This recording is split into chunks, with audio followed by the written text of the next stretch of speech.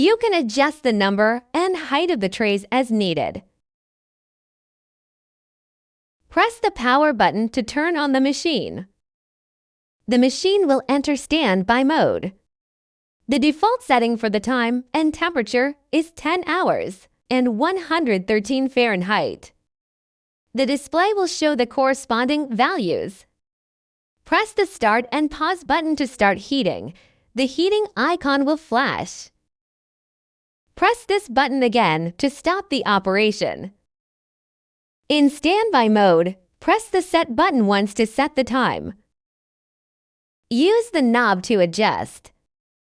Turn clockwise to increase and counterclockwise to decrease. Each adjustment changes the time by 30 minutes. Press the set button again to set the temperature. Use the knob to adjust. Turn clockwise to increase and counterclockwise to decrease. The temperature can be adjusted within the range of fan to 95 Fahrenheit to 167 Fahrenheit, with each adjustment changing the temperature by 9 Fahrenheit. When set to fan mode, the display shows FA and only the fan operates.